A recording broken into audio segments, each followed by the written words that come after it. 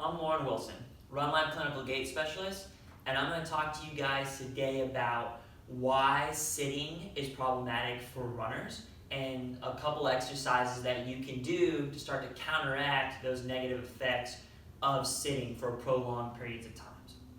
So a lot of us have heard that sitting is the new smoking, that inactivity is leading to declining health, and so why is that though? So the big thing is if we sit down in this flex position for hours on end, a few things are happening.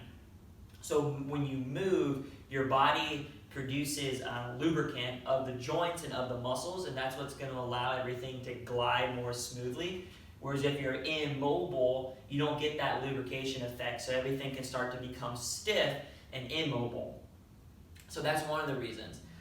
The other thing that sitting tends to do is it starts to tighten up everything in the anterior side of your body or the front side of your body. So shoulders start to roll forward, hip flexor starts to become really, really tight.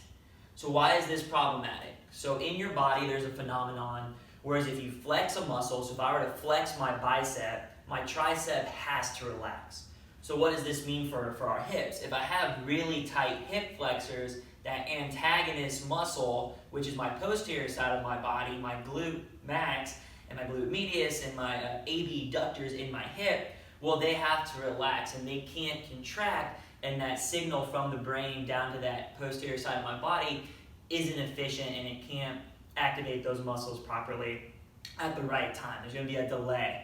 And then, so that's really important because your hip muscles are going to stabilize your pelvis in the frontal plane when you're running. It's going to slow down knee flexion when you're running. It's going to activate hip extension when you're running. So a lot of power and a lot of stability is going to stem from that hip musculature and those glute muscles. So the main things, if you can't get up every hour and move around at work, I definitely completely understand that. So a good routine that you can start to do specifically before you run, right? So if you're super tight here and then this is turned off and then you go run, well, it may take 20, 30 minutes, if you're even lucky, for this to all loosen up and then this start to turn on. And that's a lot of pounding on your body without using the proper musculature. So what can you do to start to open this all back up and start to engage the back of your body? Well, the first thing is getting something such as this trigger point ball and really foam rolling out the TFL muscle and the iliopsoas, the glute med, and the low back for about 60 seconds each on each side. So that's about 4 or 5 minutes on each side, trying to regain that hip mobility. So again, that's the TFL, that's right over that pocket muscle. So I'll just show you guys what that would look like.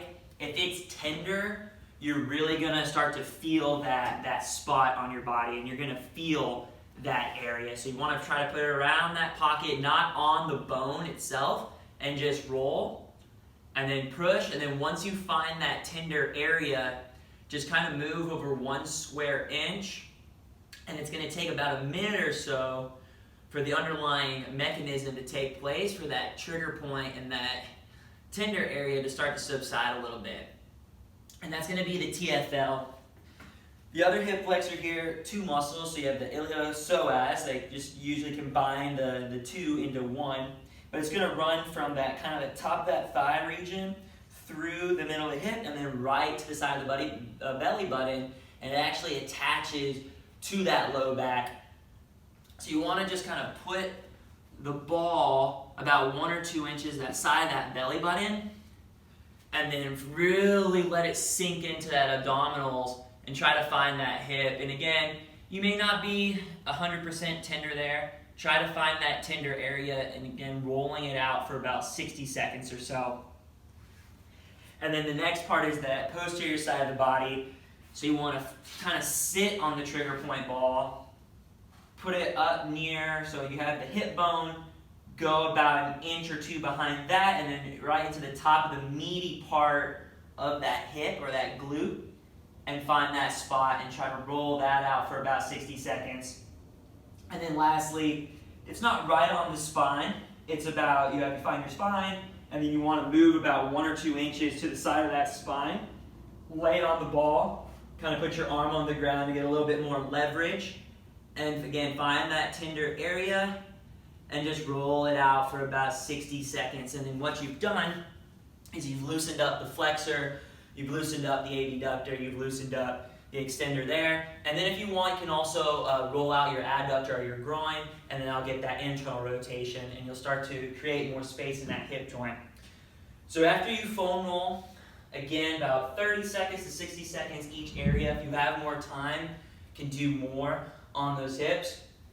Then you want to do some lunge with reach. So I've shown this in other videos, but it's a really functional exercise. So you would step forward, get deep into that lunge, kind of lean forward into it because you're trying to open up this back leg, and then you're trying to open up the back leg, so you would reach up and over, kind of bend over, and you should feel it either through that front of the thigh, up through that hip, and up through there, maybe through the side of the core as well. And you want to do about 5 of those on each side. So that's really good because not only is it loosening up that hip flexor, but then you're also getting down, and that's going to engage your quad and engage your glutes. So a really good way to activate the proper muscles before you go run.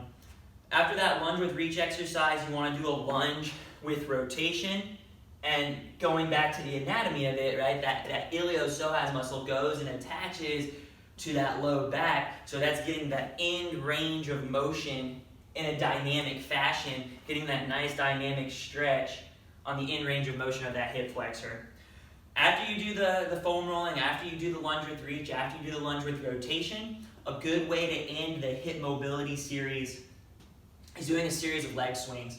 So you would find a wall, or you find a fence, or you find something to put your hands on to hold your balance, because it's not a balance exercise, and you're just going to move that leg forward and back, trying to create that space in that joint, as big a range of motion as you can.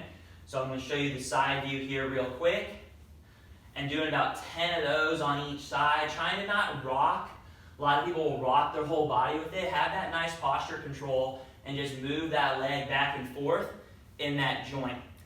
And then lastly, you would want to go in front of your body. So your hands are against the wall, you kind of lean forward a little bit into it, and then you're going to bring your leg out and across your body. And same thing, try to limit that upper body motion, keep that core engaged, and just get as much range of motion as you can out and in there. And again, you're creating that space in that joint, getting rid of that tension, and then once everything is loose, you can kind of feel that pelvis fit a little bit more neutral underneath that spine, kind of squeeze the glutes consciously a little bit, and then you can start to feel that activation going back on.